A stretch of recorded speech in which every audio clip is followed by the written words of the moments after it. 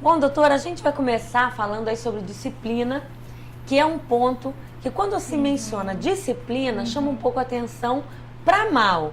Disciplina? Fazer isso com as crianças? Há um conceito, às vezes, até mesmo errado sobre disciplina, né? E quando iniciar esse processo de disciplina? Na verdade, disciplina é um projeto que se inicia em casa. É um projeto, é um planejamento, né? Se inicia em casa. Então, nesse sentido, qual é o parâmetro que temos que ter? Tudo aquilo que a criança não poderá fazer lá fora, ela não pode praticar em casa.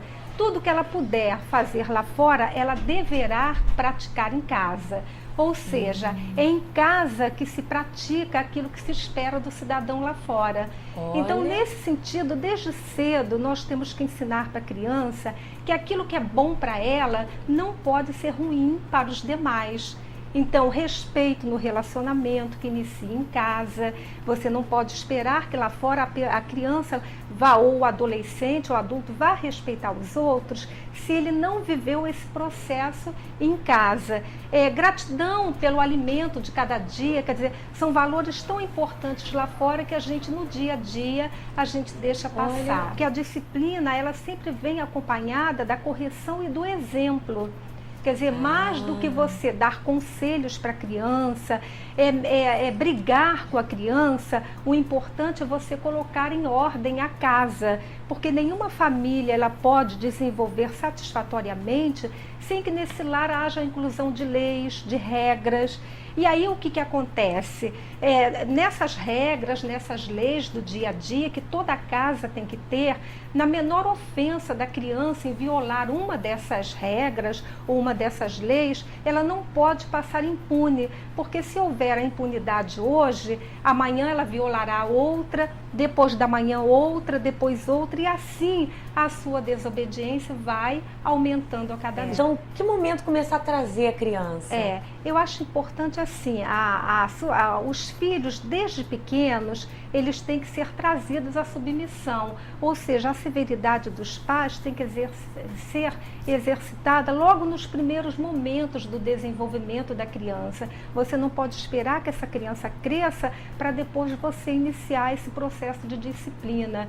Ou seja, um pai ele tem que punir um filho não porque o pai está bravo, mas porque assim é correto fazer. E ela cresce com esse conceito. Como cobrar dos filhos, doutora?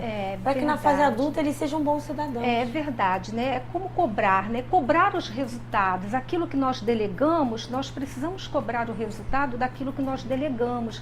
Quer dizer, os pais estão negligenciando o processo educativo a partir do momento que eles são regidos pelos desejos da criança.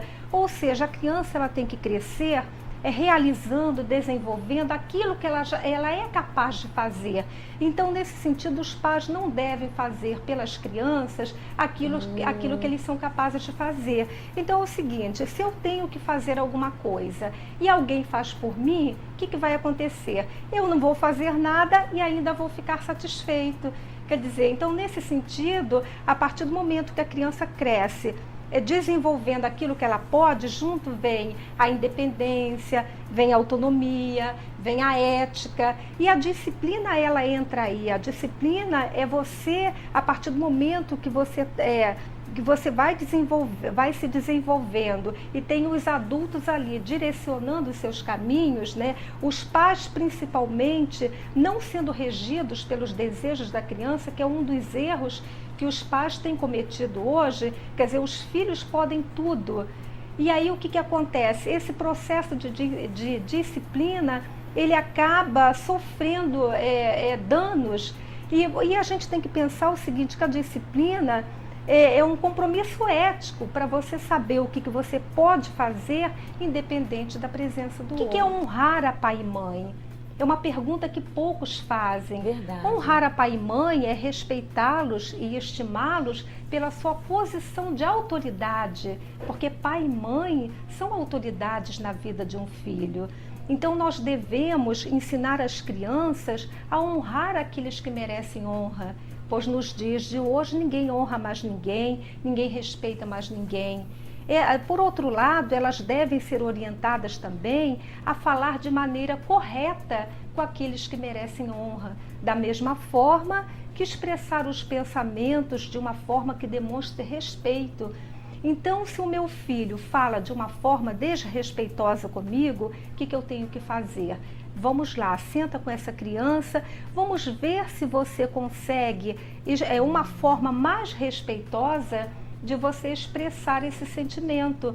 Talvez você possa falar assim com um de seus colegas, mas eu sou seu pai ou eu sou sua mãe e você me deve respeito no falar. Sempre, então, orientar essa criança. Sempre orientar essa criança. Não devolver, de repente, no mesmo tom. É não verdade. falando. Às vezes, há crianças que dão as costas, adolescentes, e os pais vão falando e ele vai se afastando. Vai se afastando, quer dizer, os pais precisam chamar essa criança e até ensinar para ela que ela pode falar de uma forma diferente. Então nós temos que fazer perguntas para os nossos filhos que sondem e que eles possam abrir o coração. É verdade. Ao invés de nós brigarmos assim, por que você fez isso? Por que você fez aquilo? Verdade. Nós deveremos perguntar para o filho o seguinte: o que é que você estava sentindo quando você me tratou daquele jeito? O que é que você estava sentindo quando você me desobedeceu?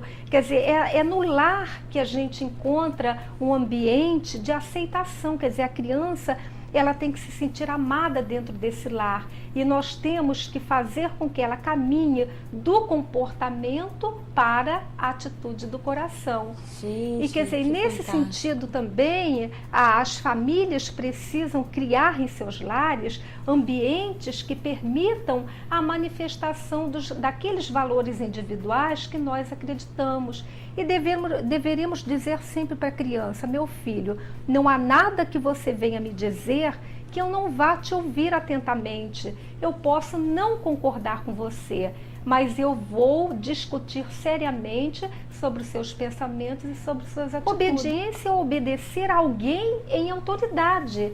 E obedecer naquele momento em que foi pedido, ou seja, fazer aquilo que foi pedido no momento em que foi pedido. Então nós precisamos também ensinar nossos filhos a obedecer de pronto, não quando eles quiserem ou sob ameaças, porque hoje em dia os filhos estão obedecendo quando eles querem, ou então quando a gente ameaça de fazer alguma coisa, ou então quando você faz um acordo, quer dizer, eles fazerem aquilo que queremos mediante um acordo não é obediência. A gente não acompanha ali no dia a dia, passo a passo dessa criança, buscando compreendê-las e atender às necessidades dessa criança. Quer dizer, ela vai crescendo de uma maneira muito desorganizada e aí ele vai se tornar mesmo uma pessoa indisciplinada.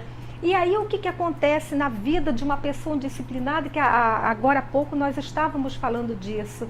Aquela pessoa, o que nós temos que ter em mente, que aquela criança hoje que está rebelde, que ela não faz aquilo que eu peço, isso já é um processo de indisciplina, que tende a ir aumentando na adolescência, na idade adulta. Quer dizer, uma pessoa indisciplinada, ela nunca vai dar conta das suas necessidades, nem das necessidades de um relacionamento. É verdade. E o que acontece? A pior coisa que acontece na vida de um indisciplinado é a falta de organização interna. É aquele adulto, ou aquele adolescente, ou aquela criança que é totalmente desorganizado, que é tudo jogado, tudo espalhado, que pai e mãe tem que ficar juntando os brinquedos, pai e mãe tem que ficar, a mãe principalmente, organizando a mochila, porque nem a capacidade de organizar a mochila da escola a criança tem. Então a pior coisa na vida dessa pessoa é a queda na qualidade de vida dela e de todas as pessoas que dela dependerem. Porque hoje em dia nós vivemos num mundo globalizado. Aquilo que eu faço vai ter consequência em toda a minha família e extensivo também no meu ambiente de trabalho, com os amigos. Então é importante que desde cedo a gente venha ter essa compreensão desse processo de educação. Quer dizer, é o comprometimento que nós precisamos ter nesse processo de educação que vai ajudando essa criança a crescer de uma forma organizada. Os pais, às vezes, têm o hábito de achar que toda criança um pouquinho mais agitada, cheia de energia hiperativa. Como diferenciar isso, doutora? Hoje em dia está sendo confundido, né? Muitas vezes não é hiperativo, muitas vezes é uma criança indisciplinada. Olha aí, não se pode, os pais acabam confundindo. Acabam confundindo com hiperatividade. Hiperatividade são coisas completamente diferentes. Ou aquela criança que tem energia para gastar, não é canalizada da maneira correta e ela, dentro de casa, aquela explosão. A criança indisciplinada, ela não sustenta nenhuma atividade. Tudo dela é jogado, tudo dela é pela metade. Mas os filhos vão ser a vida toda responsabilidade nossa. Então, na primeira infância, é uma responsabilidade física, é um acompanhamento físico. Na segunda infância, é um acompanhamento virtual, porque a gente precisa se inteirar da linguagem deles, que é para poder nós termos acesso ao que eles estão fazendo.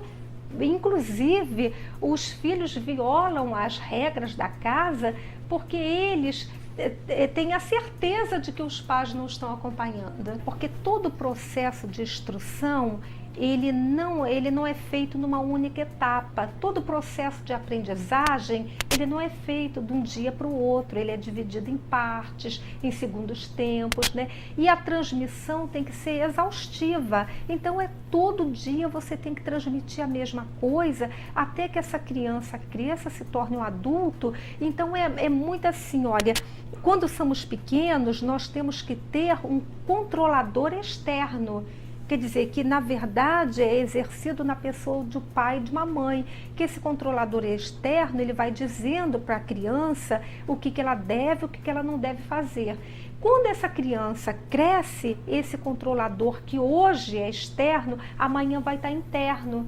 Então, essa criança não vai mais precisar ter o pai, a mãe ou o adulto responsável por ela ali falando. Mas o cobrador, ou esse cobrador interno, já vai estar lá dizendo para ela o que é certo, o que é errado, que ela o que ela esses pode, valores o que ela não pode. Agora, se na infância ela não teve esse cobrador externo, ela chega na adolescência ou na idade adulta, ela vai cometer uma série de equívocos na vida, porque ela não tem internamente esse cobrador, porque nós temos que educar para a consequência, mostrar para a criança que tudo na vida tem uma consequência. As escolhas que fazemos têm as consequências, os atos que praticamos têm as consequências. Mas nunca deixando de dialogar, né, doutora? Nunca com deixando os filhos. de dialogar. Quer dizer, então, esse acompanhamento que eu disse, né, na primeira infância, na segunda e na terceira, é através do diálogo também que você vai mostrando isso.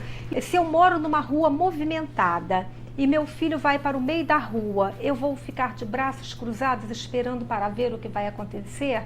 Não, eu vou lá, tiro esse filho de um local perigoso e trago para um local seguro.